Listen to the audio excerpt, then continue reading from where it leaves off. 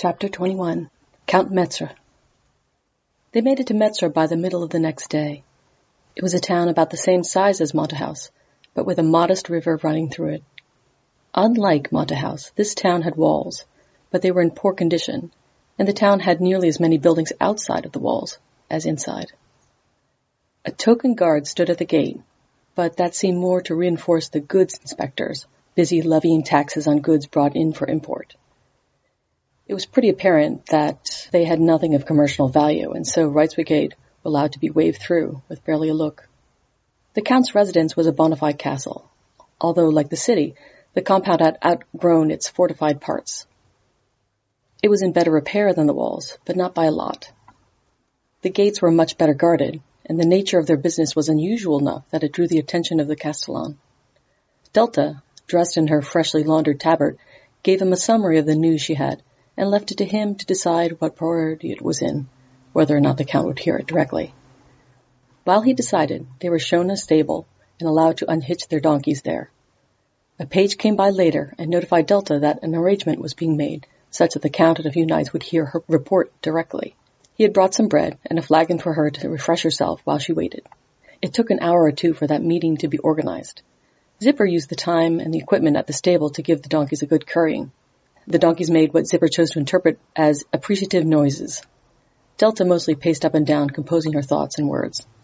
The page led her to a drawing room in the castle proper. There were fresh rushes on the flagstones, tapestries on the walls, and well-made solid wooden furniture. Count Metzre sat on the largest chair by the window. He was on the older side of middle-aged, with an impressive mustache and fine clothes, with his coat of arms embroidered richly on them. Standing around him were 3 other noblemen. As each bore a sword, Delta presumes that they were his knights. A scattering of other pages and household staff occupied the room. They were all looking at her as the castellan presented her. Delta took a deep breath. Facing a line of charging troops was difficult. Being the one to charge a line of troops was also difficult.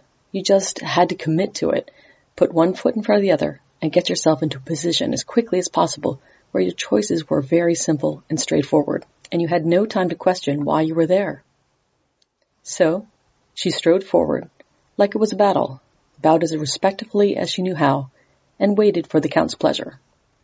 "You are the mercenary Captain Delta of Wight's Brigade?" asked the Count. She nodded.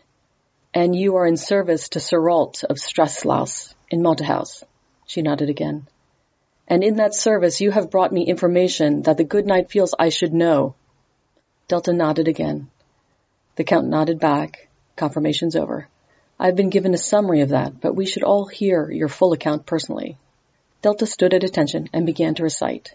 She had this bit very practiced. Her brigade had traveled up through the area because they heard there was action and people were hiring, but she mostly focused on the battle near Claris and what she had personally witnessed there, and then everything subsequent that had happened up until arriving at the Count. She delivered the information without inflection and with as few personal details as possible, trying to keep them to the military style of reports that she had seen delivered. The Count and some of his knights interrupted at points, sometimes to ask for more detail. At other times they seemed to try to throw her off. She knew she seemed rehearsed, and at one level it wasn't reasonable to consider that suspicious, so she bore that in good grace, and gave details where she could, and admitted freely to things she did not know. The Count stroked his chin for a while after she had finished. "This is information," he concluded, "but information without context. By your tales, Sir Ralt considered you sufficiently astute and insightful to trust you with formulating your own paycheck. But you present me here with facts, without the insight he seemed to put so much trust in." Delta bowed respectfully. "I wish you to have the facts as I have witnessed them, independent of my opinions," explained Delta. "You are doubtless much more experienced and knowledgeable than I am. You may come to different conclusions than my own. I am happy to also express my interpretations if you so wish. I have withheld them separate from the facts so that you are able to make your own judgment and decide if my own are accurate or not." A smile twitched at the corner of the Count's mouth. "Well spoken. Maybe this Sir Ralt is not a complete fool. Please, give me what you make of these facts." Delta did so. She highlighted the different perspectives on the battle near Claris, and the careful strategic decisions that went into it. She drew a line between that and her own use of her company to deliver an unexpected ambush. which itself was part of a larger feint towards Montahouse, as evidenced by the lack of troops. The pursuit of them, in particular, as carriers of information, lent weight to this. From this she concluded that she expected their true intent was to make towards Avignon, down the coast road through Metzre. She also noted the specifically unusual use of magic by the imperialist forces. Most magic she had heard tales of was more focused on personally benefiting the wielder, and of limited use in the battlefield, whereas the magic she had seen was specifically tailored for army operations. She felt this, plus the focus on feint and strategy, made the imperialists a much greater force to be reckoned with than otherwise. "Sir Cherion," said the Count to one of his knights, "you are betrothed to a lady from Touchel. Our mercenary captain here speculates that Touchel is on their likely route. Have you exchanged love letters with her recently?" The knight, who was quite young, blushed.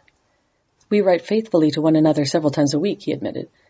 "Her latest letter is late, but not unduly so. The information now makes me more concerned for her safety."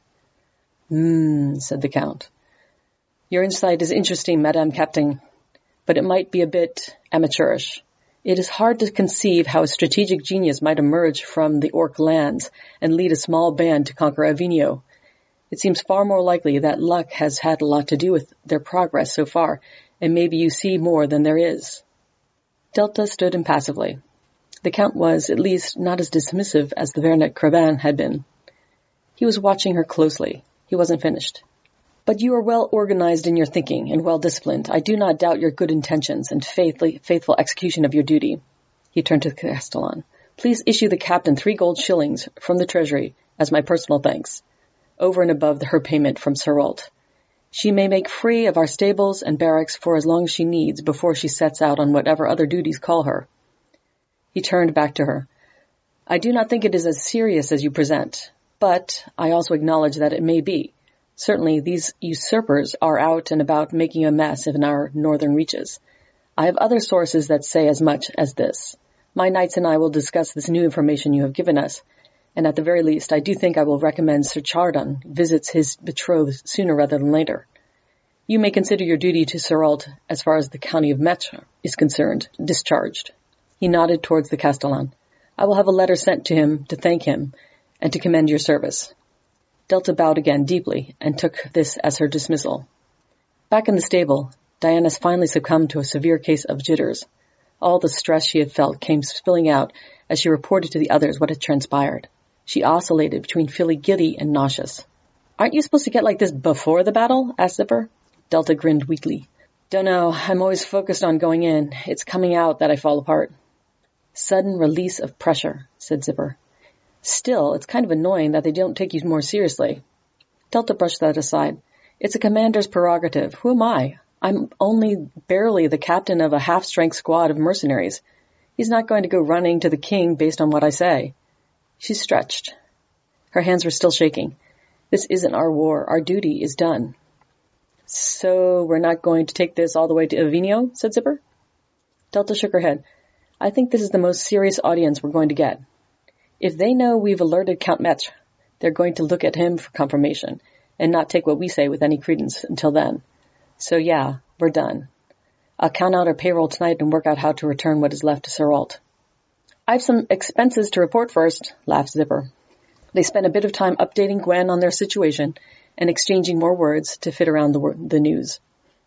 After about an hour, there was a bit of commotion. Sir Chardon had entered agitatedly, shouting for his horse so that he could be made ready at an instant. He saw them in the corner and strode over, watching Delta intently. "Good mercenary," he said. "I ride now for Touchel. I think the Count means to use me as a test of your report. If I do not return, he will know you are right." He smiled thinly. "I fear for my fiancée. Tell me, in more detail, what fate do you think awaits her and the town of Touchel?" Delta made it clear that it would only be speculation, but he brushed that aside. He was quite happy to be prepared for the worst when it came to his family. She sensed that it would go down well with the future in-laws if he was able to effect a dramatic rescue. So, she first assured him that they appeared to be happy to treat their prisoners well, so, at the worst, it would be a strategic failing and not a personal one. Beyond that, she explained that they seemed very concerned with controlling the spread of information. They likely had the road well scouted, and while it may not be hard for him to get there, it might be hard to get word back out again.